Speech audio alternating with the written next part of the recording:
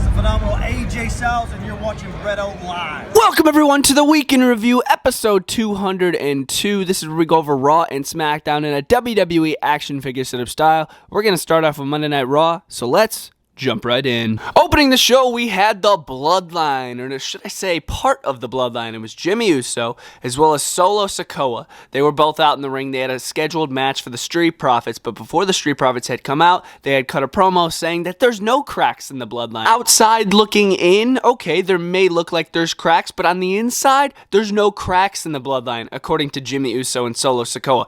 They get interrupted by the Street Profits. It turns into a tag team match, like I said. This match was a really good match. I enjoyed it as an opener. In the end, Jimmy Uso neutralized Montez Ford, and then Solo Sikoa was able to hit the Samoan Spike on Angela Dawkins to pick up the victory for the team. And this was definitely a much-needed win for the Bloodline. I did enjoy this opening tag team match, and good for the frickin' Bloodline, dude. And of course, we will have Roman Reigns appearing this Friday night on SmackDown, according to Jimmy Uso as well, and a couple commercials that had went through Monday Night Raw, so I'm looking forward to that as well. Hands down, favorite match of the night. It was Cody Rhodes going one-on-one with Chad Gable, and I knew this was going to be a banger. I just knew it! Otis was on ringside. A very similar thing that happened last week. Otis started looking into the crowd. I guess he saw Maxine Dupree. They didn't show us Maxine Dupree on television, but I believe he saw her, because Cody Rhodes had got up next to him. He's like, wait, where is she? Where is she? Where is she? I don't see her. And then Cody had gotten back into the ring, and then he was able to hit the crossroads on Chad Gable to pick up the victory, and man, he spiked Chad Gable, bro. That was a wicked crossroads. I just loved this match. It was very fluent, amazing wrestling style match, and to see Cody pick up the victory was pretty cool. And then after the match, he did announce that he will also be on SmackDown this Friday night to confront the Tribal Chief Roman Reigns, which I am excited about. Asuka went one-on-one with Carmella. This match wasn't too bad. Asuka was able to tap out Carmella in the end, but then after the match, Bianca Belair had come out, confronted Asuka with the Raw Women's Championship, and then Carmella had sort of just pushed Asuka into Bianca, setting up a match for next week between Carmella and Bianca Belair. So that ought to be pretty decent, but as far as all this goes, it was pretty mid. It was an episode of the VIP Lounge special guest MVP, I should say, because Brock Lesnar had entered first as the guest, which I thought was pretty cool. This promo was actually pretty hysterical. I watched this with my brother, and we were laughing, dude. This was a funny promo. MVP proposed the match to Brock Lesnar, Omos versus Lesnar at WrestleMania, which nobody wants to see. I don't think anybody in their right mind wants to see Omos versus Brock Lesnar, but that's the match that MVP had proposed to Lesnar, and Lesnar and MVP, they toasted with some of Brock Lesnar's homemade moonshine, I believe it is, and then MVP couldn't handle it, so he spit it out. But he spit it out right in the face of the beast incarnate Brock Lesnar, and I was like, oh my god. So Brock Lesnar obviously got pretty angry, and he F5'd MVP. But yeah, he accepted the match for the grandest stage of them all, which I don't know how I feel about that. I don't really want to see Omos versus Lesnar. I'd rather see like Gunther versus Lesnar. I think that would be way better. But as far as this promo goes, it was actually pretty decent. It was an episode of Miz TV with special guest, a Hollywood movie star that's going to be hosting WrestleMania. Who was that movie star? It was The Miz! Dude, the anticipation for this, once he said, we have a Hollywood movie, we have a celebrity guest star that's going to be hosting WrestleMania. Here he is! And then nobody comes out, and then a picture of The Miz pops up on the Titantron. I'm like, oh my god, Miz tricked me, man. So Miz is going to be the host of WrestleMania 39. They're saying it's going to be the biggest WrestleMania of all time. We'll see about that. He gets interrupted by Seth freaking Rollins, who comes out and basically just taunts The Miz, ends up taking him out, steals The Miz's phone because he has the contact information of Logan Paul. Seth Rollins contacts Logan Paul via FaceTime, and he provokes him to show up next week so they could have a little face-to-face confrontation, which I thought was pretty goofy because it was so obvious that that phone call was filmed before Monday Night Raw because Seth Rollins' hand was so still, and there was no camera behind Seth Rollins, but they were showing a picture of the phone behind Seth Rollins. I'm like, oh my god, dude, that is so pre-recorded. But it was goofy, bro. This was goofy. I was not a fan of this promo. The Poison Pixie Candice LeRae went one-on-one with Doudrop, and Nikki Cross was on the ringside of Candice Candice LeRae. Of course, last week, Nikki Cross said she was just looking for friends, so she joined Candice on ringside here to help her out. And Nikki Cross actually got taken out by Doudrop as Doudrop directed her attention toward Nikki Cross when she should be directing her attention toward Candice LeRae, because Candice LeRae, once Doudrop got back into the ring, was able to pin, I keep on saying Doudrop, Piper Niven. So Candice LeRae has a win over Piper Niven with sort of some help from Nikki Cross, if you will. As far as all this goes, though, I mean, as far as this is a tag team, Candice LeRae and Nikki Cross, I can see that being pretty decent. I could just see it being wild, you know what I'm saying? They also did announce that John Cena is going to be returning to Monday Night Raw next week, which I'm super excited because I know they're going to start the build-up for him versus Austin Theory for the United States Championship at the grandest stage of them all. I am excited. Let's go. Bobby Lashley went one-on-one with Elias again here, and he dominated him again. He hit the spear. He pinned him. 1, 2, 3. Bobby Lashley picks up the victory. And then right after the match, as Bobby Lashley was walking up the ramp, he did get interrupted by a promo video from Bray Wyatt. It was Bray Wyatt in the Muscle Man gym, and he's saying, yeah, put your muscles up. Basically just starting the mind games with Bobby Lashley. So I guess the Mania match is going to be Bray Wyatt versus Bobby Lashley. I don't even know about that match either, dude. I just like the Omos Brock match.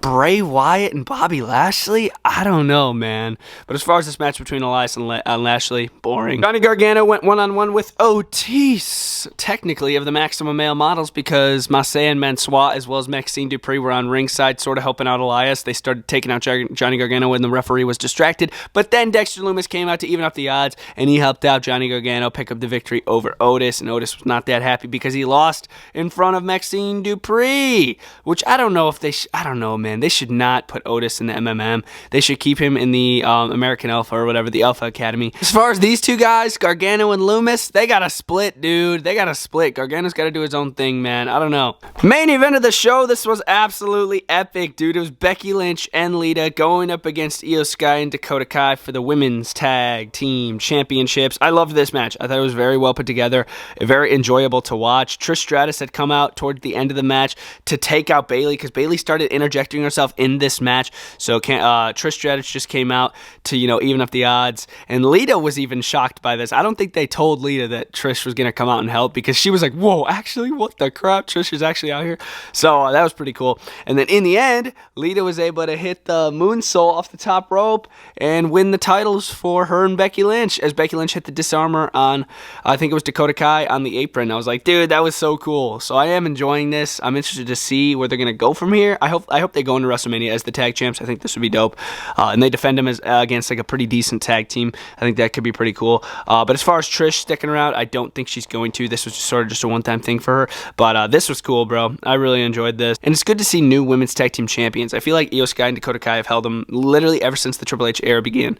But yeah, we will see what happens next. But look at that, bro. That is so sick. Becky Lynch, Lita, women's tag team champions. Crazy. Lita's a champion. Monday Night Raw out of 5 this week, 5 being the best, 1 being the worst. I am going to give Raw a solid 2.5 out of 5. I thought it's a solid 2.5 show.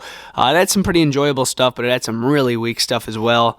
2.5 for Raw. Let's jump into SmackDown. Friday Night SmackDown opened with the Bloodline. First, it was Roman Reigns, Jimmy Uso, Solo Sikoa, and the Wise Man Paul Heyman. They were all out in the ring, asking for the crowd to acknowledge the Tribal Chief Roman Reigns. Of course, he gets interrupted by his current rival and his WrestleMania opponent, Cody Rhodes. The American Nightmare walks down, confronts the Tribal Chief, asks Roman Reigns to basically tell his buddies, Jimmy Uso and Solo Sikoa, and the Wise Man to leave the ring. Why can't it only be Roman and Cody? And Roman agreed. Roman's like, guys, you guys could go. I'm good. I'm good with Cody in the ring by myself. Roman lays the titles on the floor, says, what do you want to talk about, Cody? And then, of course, they talk about the Mania match. They talk about Dusty Rhodes. They did eventually come up with a mutual respect for each other, and they did shake hands at the end of this promo, and I was actually kind of shocked. Of course, Roman Reigns did poke at Cody Rhodes a little bit with the training of Dusty Rhodes that he received and different things like that, but in the end, they respected each other, and they shook hands. That still blows me away. I'm just super surprised that this did not end in an all-out brawl. That just shows how professional Cody Rhodes and Roman Reigns are.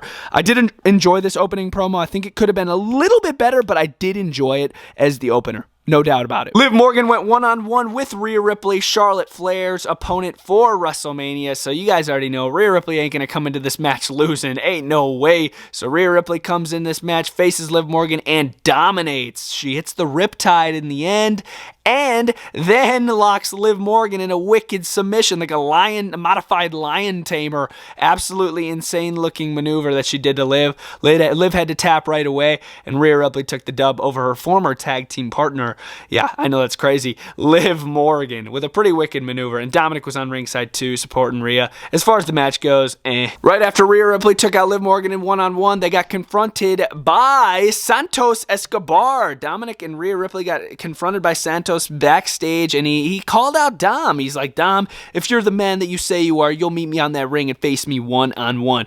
Ray should have hit you last week, but I'll hit you right now. Let's go. So Dominic did meet him out in the center of the ring. They had a one-on-one match. I don't think this match reached its full potential. I think it could have been way better. I mean, it's Dominic Mysterio and Santos Escobar. I think this match could have been way better, but it wasn't that good. Rhea Ripley did interject herself into this match by hitting a Riptide and Santos Escobar while the referee was so obviously trying not to pay attention to it. Like, the referee was turned around for like at least 20 seconds while Rhea Ripley hit this Riptide and sent Santos Escobar back into the ring, and the ref didn't suspect a thing. I'm like, you've got to be kidding me. And then Dominic Mysterio was able to just put away Santos 1, 2, 3. Right after the match, Dominic did grab the Rey Mysterio mask that was gifted to Santos Escobar by Rey Mysterio, and he started tearing it up. Rey had enough, and he's like, you know what, Dom, I'm coming out, and I'm going to confront you. But then Rey still couldn't pull the trigger. Dominic was pushing him around again. Rey couldn't pull the trigger on Dom. When is he going to pull the trigger and just start beating him up? So Dom got the shot in on Rey, dropped Rey again, and then held up the mask. I'm like, come on. This is what we've been seeing. You know what I'm saying? They got to change it up. Rey's got to hit Dom. It's got to happen soon. WrestleMania is like 4 weeks away. It's got to go down. Come on, guys. We know it's going to be Rey versus Dom. Let's get this story moving, you know what I'm saying? Drew McIntyre came out to the center of the ring requesting Gunther. He called out the Intercontinental Champion, Gunther the Ring General. Gunther didn't come out, Sheamus did. Sheamus came out, and he felt betrayed by Drew McIntyre because Drew knows how much the Intercontinental Championship means to Sheamus, and for Drew to come out and just ask for Gunther and the Intercontinental title match at Mania without Sheamus' permission, Sheamus was a little insulted. So Sheamus confronted Drew, got in his face. It looked like they were about to go in an all-out brawl, but then they got interrupted by LA Knight. LA Knight's like, oh, maybe I deserve an IC title match. And then the New Day came out, and then they're like, wait a minute, this, that, this, that. And then Karrion Kross came out, and then it ended up in an all-out brawl. LA Knight fired the first shot on the New Day. Drew McIntyre jumped over the top rope, and then we were eventually left with Karrion Kross in the center of the ring after Sheamus and Drew couldn't pull the trigger on each other because, of course, they're friends. And then Karrion Kross and Scarlett sort of reigned supreme. But next week on SmackDown, we are going to have an Intercontinental Championship qualifiers match. Winner will face Gunther at WrestleMania, and I really do hope it's Drew McIntyre. It's got to be Drew McIntyre, dude. Sheamus already fought Gunther like 2 times. It better be Drew. If it's not, I'm going to be angry. Shayna Baszler went one-on-one with Tegan Nox. This was a really lame match. Shayna Baszler was able to tap out Tegan Nox with ease. Nothing too crazy happened after that. Bobby Lashley came to the home of Bray Wyatt, that being SmackDown. He came over to SmackDown. He's like, Bray, if you're not going to show up on Raw and be a coward and just play a little Wyatt's Gym on the screen, I'm going to come to your show and call you out. So he did just that, and Bray didn't even come out. Uncle Howdy did. I thought we were going to get an Uncle Howdy mask of face reveal here, but we didn't, because Bobby Lashley got the best of Uncle Howdy. He picked him up, slammed him down to the mat, and I'm like, oh my God, he's about to spear him and then remove the mask, but he didn't. He was about to hit the spear, the lights went out, and then it was all history from there. I'm like, dude, they could have done that so much better too. Just missed opportunities on the SmackDown, in my opinion. Main event of the show was Sami Zayn going one-on-one with Solo Sikoa of the Bloodline. The objective of this match set out to Roman Reigns to Solo Sikoa was, I don't care about a win tonight. We need to eradicate Sami Zayn. I don't care what it takes.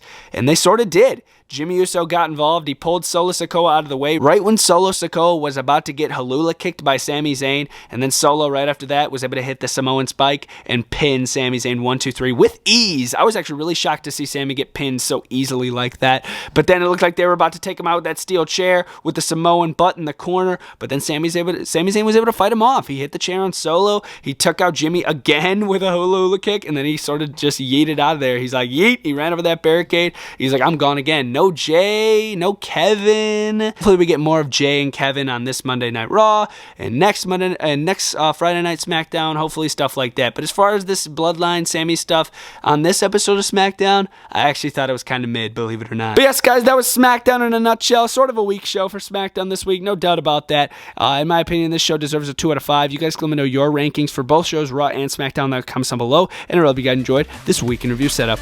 Peace, guys. Brett out.